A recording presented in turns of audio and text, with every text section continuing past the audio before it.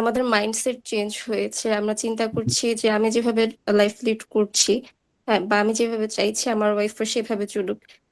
যেমন আমি চাইছি উনি পর্দা করে চলুক, কিন্তু উনি সেটা করছেন না। এ কারণে আমার বিষয়টা আমি মেনে নিতে পারছি না। জি আমার জন্য কষ্টকর হয়ে যাচ্ছে মেনে নেওয়াটা। কারণ এমন তো একটা লাইফ আমরা চাইনি।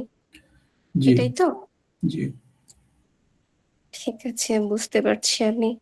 এখন আর কোনো যদি প্রবলেমস থেকে থাকে যেটা আমাদের জন্য প্রবলেম ক্রিয়েট করছে, আমাকে কষ্ট দিচ্ছে, সেটা কি আমি জানতে পারি? না, তেমন আর কোনো ব্যাপার নেই। তিনি তার মাইন্ডসেটের সাথে আমার মাইন্ডসেট মিলছে এন্ড তো তার ভবিষ্যতের কথা চিন্তা করে আমি সেপারেশনে যেতে চাচ্ছি, আবার মানুষের কথা চিন্তা করে। যেহেতু আমি একজন সেলিব্রিটি মানুষ, সেহেতু মানুষ কি বলবে সেই দিকে খেয়াল করে আমি আবার সেপারেট হতে পারছি না। এই ক্ষেত্রে তাহলে আমাদের কয়েকটা বিষয় কষ্ট দিচ্ছে, যেমন আমার একটা বাচ্চা আছে। হ্যাঁ, তার সাথে হচ্ছে একটা যে নেগেটিভ ইম্প্যাক্ট করবে আমাদের সেপারেশনের, এই বিষয়টা একটা আহ জিনিস যেটা আমাদেরকে কষ্ট দিচ্ছে। আরেকটা আছে হচ্ছে মানুষ অনেক কিছুই বলে। হ্যাঁ, আমাদের লাইফে হয়তো তারা লিড করে না, কিন্তু তাদের কথার ইম্প্যাক্ট আমাদের উপর পড়েই। আমাদের কষ্ট লাগছে বিষয়টা। এমন না আমি তো রোবট না, তাই না? আমাদের তো খারাপ জি লাগছে। এটাই তো, তাই না? জি তারপর তিনি আমার ওয়াইফ, আমার কথা একটু শুনছেন না। এখানেও আমার খারাপ লাগছে। বিষয়টা তো এগুলা, যেগুলো আমাকে ডিভোর্সের দিকে লিড করছে। এটাই তো বুঝতে যাচ্ছি আমরা, জি তাই না? জি আচ্ছা, আমি একটু থামেন, ধন্যবাদ। হ্যাঁ? আচ্ছা জাহিদুল, আপনি একটু ফিডব্যাক দেন যে সানজিদাকে, যে আপনি তো একটু কথা বলার ট্রাই করছেন, এটা আসলে কতটুকু মনে হচ্ছে যে আমরা শোনেন, আমরা ফিডব্যাক দেওয়ার সময় কি কাজ করবো? ফিডব্যাক দেওয়ার সময় ফিডব্যাকটা হবে প্রোডাক্টিভ, হ্যাঁ, যার ফলে সানজিদা তার তার এই ফিডব্যাক থেকে সে তার লাইফে আরো কিছু ভ্যালিডেশনের আরো কিছু পত্র শিখবে। ঠিক আছে, ভালো যেটা ছিল সেটাও বলবো, এরিয়াস অফ ইমপ্রুভমেন্টও বলার ট্রাই করবো। ঠিক আছে, প্রথমে একটু জাহিদুলের কাছ থেকে একটু শুনি। মামুন, একটু বলেন। তো তিনি প্রথম দিকে যতটুকু ছিলেন, শেষ দিকে আরেকটু ভালো করেছেন। গুড, মানে জানার চেষ্টা করছেন আস্তে আর কি। ইনক্রিজ অবস্থাটা হয়েছে। বোঝার। এই জায়গায় কয়েকটা ব্যাপার ছিল। একটা ব্যাপার হচ্ছে সে প্যারাফ্রেজিং করছে, হ্যাঁ? জি আবার তার যে খারাপ লাগতেছে, খেয়াল করেন যে আপনি ১ম এ একটা রিলেশনশিপ করলেন। আ যেমন মনে করেন আমি একটু বললাম আপনাকে যে আপনি একটু রোলের মধ্যে থাকেন আরকি, হ্যাঁ? যেমন আমি দেখলাম যে মামুন সাহেব যে আপনার ঘটনাটা আমি একটু বোঝার চেষ্টা করতেছিলাম। যে আপনি ১ম বললেন আপনি একটা রিলেশনশিপ এ ছিলেন। সেই জায়গায় একটা চিটের একটা ঘটনা ঘটলো আপনার সাথে। হ্যাঁ, এবং সেই অবস্থায় আপনি চিন্তা ভাবনা করছেন যে আপনি সেপারেশন এ আসবেন। মিউচুয়ালি আপনি একটা সেপারেশন এর মধ্যে দিয়ে আপনি গেলেন। এর পরবর্তীতে আপনার লাইফটা নতুন করে আপনি সাজানোর ট্রাই করলেন। কিন্তু পরের লাইফটা তো দেখা গেল কি আপনার মনের ভিতরেও একটা ভয়, একটা ব্যাপার যেটা হচ্ছে যে আপনার নতুন লাইফ স্টাইলের সাথে আপনার ওয়াইফ সেটা একমত হচ্ছিল না আরকি, হ্যাঁ? এর পরবর্তীতে যখন আপনার পার্সোনাল লাইফ এ যখন প্রবলেম হচ্ছে, আপনি নিজে সবকিছু গুছায় আনতে আপনার হেরফের অবস্থা, সেই অবস্থা আবার আপনার যারা নাকি ফলোয়ার্স, তারা এই অবস্থা আপনাকে সাপোর্ট না দিয়ে বরঞ্চ তারা ব্যাপকভাবে আপনাকে সমালোচনা করছে। তার মানে পুরা দুনিয়াটা আপনার উপরে ভেঙে আসছে। আমাকে একটু মামুন সাহেব একটু বলেন তো আসলে ব্যাপারটা কি এরকমই কিনা? জি, ব্যাপারটা এমনই।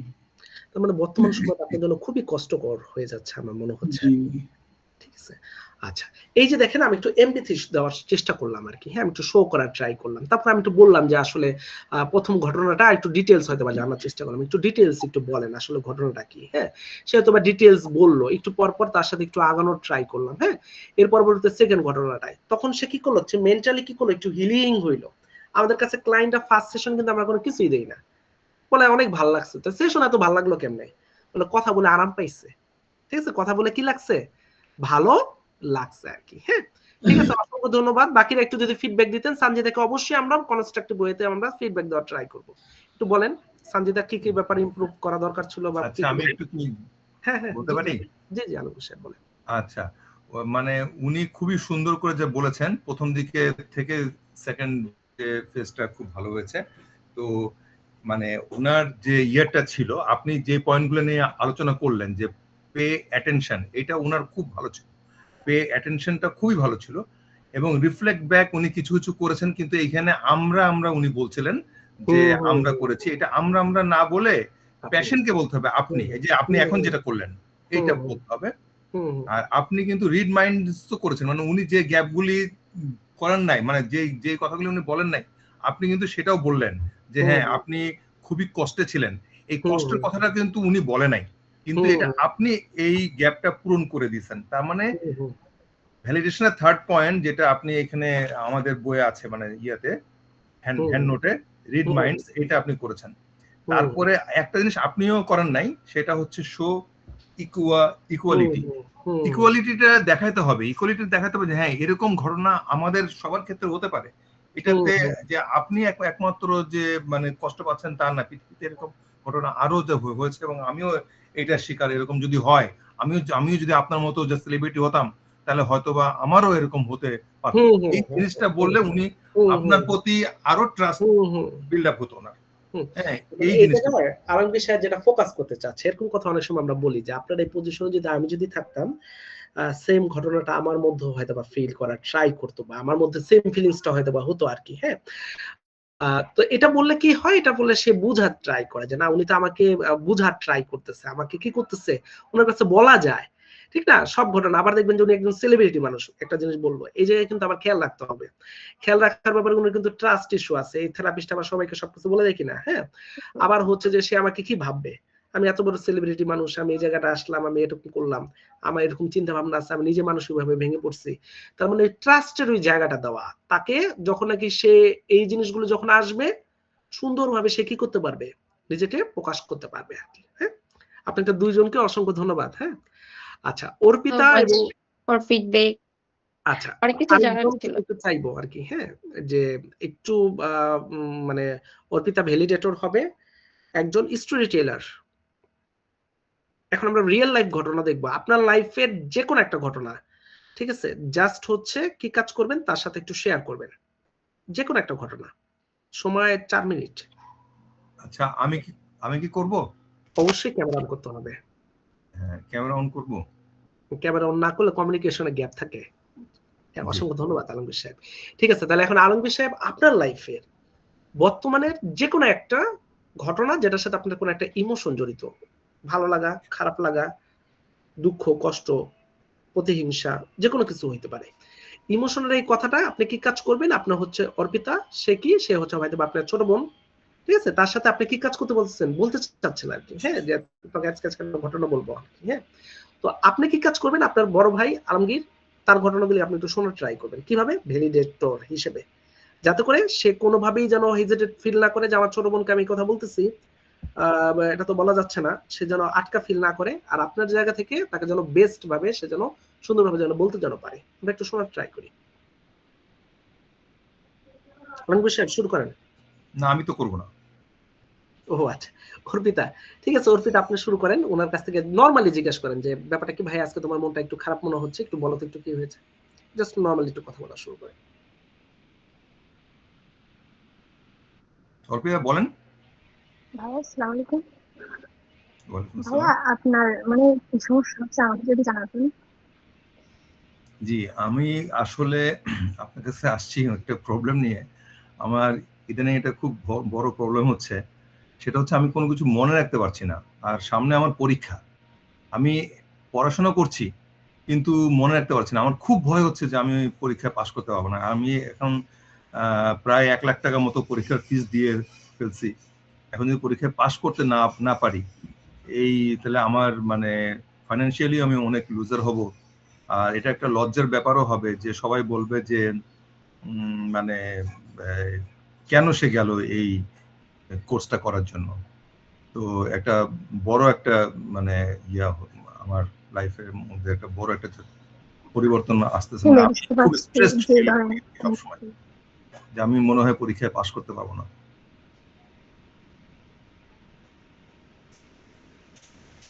ওটাই বুঝতে পারছি, এতগুলো টাকা খরচ করছি, যদি আমার জায়গায় হই তখন আমি বলতাম আর কি, মানে এতগুলো টাকা খরচ করছি, একটা কোর্স করছি, এখন মা বাবার টাকা দিয়ে করছি, বা প্রতিবেশীরা জানতে পারছে, ফ্রেন্ডরা জানতে পারছে, ওরা তো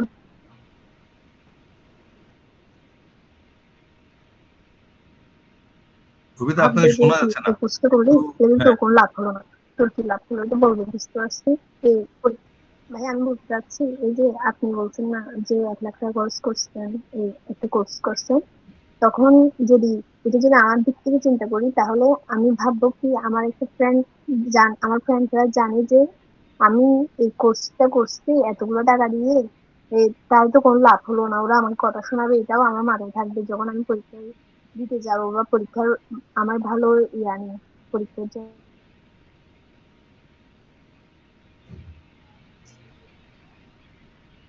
বেশিরভাগ বলবো আত্মীয়রা বলবে যে পরীক্ষা কেন খারাপ করলি, একটু কষ্ট লাগতে পারে যদি আমি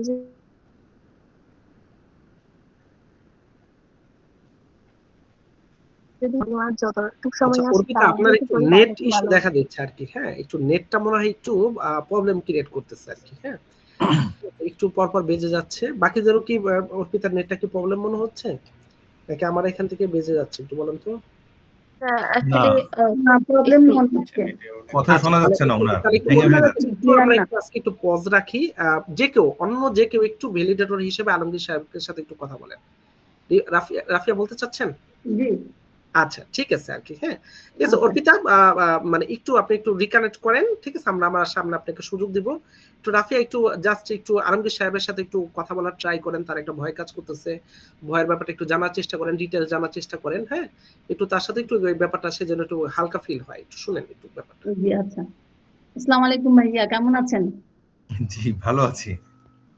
আচ্ছা, আমি শুনলাম আপনি পরীক্ষাতে ইয়ে করেছেন, মানে জয়েন করার চেষ্টা করছেন, কিন্তু আপনার মধ্যে একটা ভয় কাজ করছে যে আপনি যদি পরীক্ষাতে খারাপ করেন তাহলে কেমন হবে, এতগুলো টাকা দিয়ে আপনি এটাতে জয়েন করার চেষ্টা করছিলেন। তো আমার কথা হচ্ছে যে আপনার কেন মনে হচ্ছে যে আপনার পরীক্ষাটা খারাপ হবে, এটা যদি একটু বলতেন। জি, আমার তো আসলে আপনি জানেন যে একটা সার্টেন এজের পরে মনে রাখাটা খুব টাফ হয়ে যায়। আমি অনেক কিছুই মেমোরাইজ করতে পারি না, মানে হয়তো জিনিসটা বুঝি খুব ভালো করে, কিন্তু পরবর্তীতে আমি এটা মনে করে এটাকে রিপ্রোডিউস করতে পারি না। এটা আমার খুবই মানে সমস্যা মনে হয়। কিন্তু আমার সঙ্গে যারা আছে তাদের আমার থেকে বয়স কম, যার ফলে দেখা যায় যে তাদের রেজাল্ট ভালো হচ্ছে, বা আমরা যে অন্যান্য ধরেন যে সেমিস্টার পরীক্ষা দিলাম বা অন্য, তাতে দেখা যায় তাদের পরীক্ষা খুব ভালো হচ্ছে, আমার পরীক্ষা খারাপ হচ্ছে।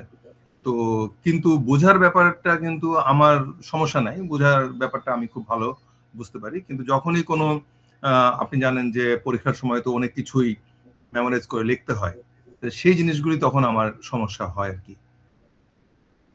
আচ্ছা, আপনি যে মেমোরাইজ করতে পারছেন না, এটা আপনি কখন বুঝলেন যে আমি মেমোরাইজ করতে আসলে পারছি না, আমি বুঝি কিন্তু মেমোরাইজ করতে পারছি না? এটা মানে আপনার কাছে কেন এরকম মনে হচ্ছে? আচ্ছা, আমার কাছে এটা মনে হওয়ার কারণ হচ্ছে যে ওই যে মাঝে মাঝে আমরা পরীক্ষা দিয়েছি, সেমিস্টার পরীক্ষা বা ক্লাস টেস্ট, এইসব পরীক্ষার যে আপনার ফিডব্যাক গুলি যখন আমরা পাই, তখন আমার কাছে মনে হয় যে আমি কোপ করতে পারছি না। তো আপনার যে ইনস্ট্রাক্টর বা আপনার যে টিচার, আপনি কি এই বিষয়গুলো ওনার সাথে কথা বলেছেন? না, এখনো বলা হয় নাই। কারণ আমার এখন যেহেতু ফাইনাল পরীক্ষার সামনে চলে আসছে, আমি ভেবেছিলাম যে আমি কোপ করতে পারবো, কিন্তু এখন সামনে ফাইনাল পরীক্ষা চলে আসছে, এখন আমার খুবই ভয় কাজ করছে। আর সবচেয়ে বেশি ভয়ের থেকেও আমার কাছে খারাপ লাগছে, আমি নিজেকে খুব লো ফিল করছি, আমার সেলফ স্টিমটা খুবই লো হয়ে যাচ্ছে। আর আমি সোশ্যালি মানে অ্যাশেমড হব সবার কাছে, এটাও আমার কাছে খুব খারাপ লাগছে। আচ্ছা, আপনি আসলে সবাই কি বলবে এবং আপনি পরীক্ষাটা দিতে না পারলে আপনি ফিনান্সিয়ালি অনেক লুজার হবেন, এইটা ভাবছেন তো? জি। আচ্ছা, তো আপনি যে বলছেন যে আমার মনে থাকছে না, আপনি এর জন্য কি ব্যবস্থা নিয়েছেন, আপনি কি ট্রাই করেছেন?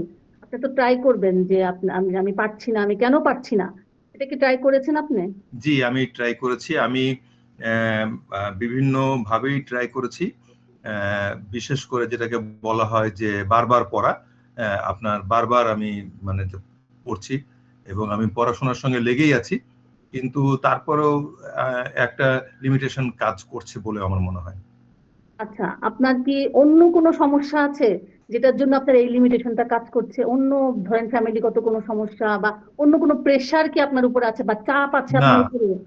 না, আমি থ্রু আউট খুব ভালো স্টুডেন্ট, আমি কখনো পরীক্ষায় সেকেন্ড হইনি, থ্রু আউট খুব ভালো স্টুডেন্ট। কিন্তু এখন এই বয়সে এসে এই কোর্সে ঢুকে আমি এখন মানে কোপ করতে পারছি না। না, এতে কি আপনার এই যে কোপ করতে পারছেন না যেটা বলছেন, এতে কি আপনার অন্য কোনো রিজন আছে, ফ্যামিলিগত কোনো সমস্যা আছে যার জন্য আপনি ওখানে মনোযোগী হচ্ছেন বেশি, পড়ায় আপনি অ্যাটেনশন দিতে পারছেন না, এরকম কোনো ঘটনা আছে? না, আমি অ্যাটেনশন দিতে পারছি, আমি পড়াশোনাও করতে পারছি, আমার দুই দিকেই সমস্যা নাই। আমার ব্যাকগ্রাউন্ডও খুব ভালো, আমি মানে একাডেমিক ক্যারিয়ার খুব ভালো। কিন্তু যেটা হয়েছে সেটা হচ্ছে যে এই পরীক্ষাটায় আমি মানে কনফিডেন্স পাচ্ছি না। আচ্ছা, আমরা একটু থামাই। হ্যাঁ, জি আলমগীর সাহেব, আপনি একটু বলেন যে আপনার ভ্যালিডেটর কি অবস্থা? আচ্ছা, ঠিক আছে। আমার ভ্যালিডেটর ওই একই অবস্থা, যে ওই আপনার এইখানে যে পয়েন্টগুলো দেওয়া আছে, হ্যাঁ, পে অ্যাটেনশন খুব ভালো দিয়েছেন, রিফ্লেক্ট ব্যাকেও খুব ভালো করেছেন, রিড মাইন্ডসে উনি দুই একটা মানে আরেকটু গ্যাপগুলি পূরণ করতে পারতেন, যে আমি যে হতাশ হচ্ছি, হ্যাঁ, আমার যে লো ফিলিংস, এই জিনিসগুলিকে উনি আরেকটু বলতে পারতেন, গ্যাপগুলো পূরণ করতে পারতেন। আর শো ইকুয়ালিটি, এইটাও উনি দেখাচ্ছেন না। শো ইকুয়ালিটি দেখাইতেই হবে, না হলে আমার ওনার উপরে তো ট্রাস্ট আসবে না। হ্যাঁ, যে একটা ব্যাপার কি দেখেন আলমগীর সাহেব, যে আপনি বলতেছেন যে আপনি সবসময় ফার্স্ট হয়েছেন, হ্যাঁ, তার মানে আপনি অসম্ভব একটা মেধাবী একটা ছেলে, হ্যাঁ। তো লাইফের এখন এই পর্যায়ে এসে আপনি পরীক্ষা দিতে যাচ্ছেন, কিন্তু আপনার মনে হচ্ছে আপনি ভুলে যাচ্ছেন। তার মানে এতদিনে যে আপনার যে ধারাবাহিকতা, সেই ধারাবাহিকতা একটা ছেদ ঘটতেছে, এটা আপনার জন্য বেশ কষ্টদায়ক একটা ব্যাপার। এবং আপনার জুনিয়ররা আপনার সাথে পরীক্ষা দিবে, সেই জায়গায় তারা ভালো করতেছে, কিন্তু আপনার সিনিয়র মানুষ, আপনার লাইফে এত ভালো করছেন, এত কেরিয়ার, এত ব্রাইট, এত সুন্দর, কিন্তু সেই জায়গায় গিয়ে যখন একটা পারবেন না, সেটা আপনাকে আরো বেশি স্ট্রেসফুল করে তুলছে, আরো বেশি ভয় করে তুলছে, পরীক্ষাটাকে আরো বেশি ভয়ানক করে তুলতেছে। এবং নিজের ভিতরেও একটা একটা অদ্ভুত এক ধরনের অনুভূতি, যে অনুভূতিটা কেমন, যে আমি এতদিন পারছিলাম কিন্তু এখন আমি পারতেছি না, আমি এত কিছু ভুলে যাচ্ছি, তার মানে আমার সেই ক্ষমতা আস্তে আস্তে করে কমে যাচ্ছে। নিজের ভিতরে একটা একটা অন্যরকম একটা অনুভূতি আপনার মধ্যে কাজ করছে আর কি। হ্যাঁ, তো এই জায়গা থেকে আপনি বের হওয়ার আবার চেষ্টা করতেছেন, ঠিক না? এখান থেকে বের হওয়ার চেষ্টা করতেছেন, সামগ্রিক মিলে চিলে আপনার সামনে পরীক্ষাটা, আপনার ভিতরে একটা চরম একটা ভয় আকার কাজ করতেছে, পরীক্ষা দিব কি দিব না, ঠিক আছে, দিলে যদি খারাপ হয়ে যায়, ঠিক আছে। তার মানে এই নানান টেনশনে আপনি এখন পরীক্ষাটা দিতেই চাচ্ছেন না, আবার টাকা পয়সাও খরচ করছেন, সেটারও একটা ব্যাপার স্যাপার আছে, ঠিক না? তার মানে এই যে আপনি কি কাজ করলাম, আমি একটু এমপ্যাথেটিক হইলাম আপনার প্রতি, ঠিক না? হওয়ার পরে তারপরে এরপর তো আসছেন আপনি আমার কাছে একটা সলিউশনে যাব পরে, আগে একটু কি করে নেই, ঠিক না? আমি জিনিসটা বের করতে চাচ্ছিলাম আর কি, অন্য কোনো প্রবলেম আছে কিনা। আমি যে টাইম দিচ্ছি এই টাইমে কিচ্ছু না, জাস্ট একটা ডেমো। আপনি তো অনেক কিছু করবেন, আপনার সেশন তো 1 ঘন্টা না, কিন্তু আপনি সলিউশন দিবেন না আমাকে, আপনি জাস্ট ভ্যালিডেশনটা, মানে ভ্যালিডেশনের স্টেপগুলো আপনি জাস্ট পূরণ করবেন। এখানে 5টা স্টেপ আছে, 5টা স্টেপ আপনি 4টা স্টেপ পর্যন্ত খুব ভালো মতো পূরণ করছেন। সাহেব এখন কোথায় আছেন, কি করতেছেন আপনি এখন বর্তমানে? আমি এটা কি পার্সোনাল, মানে এটা কি আপনি ভ্যালিডেশনে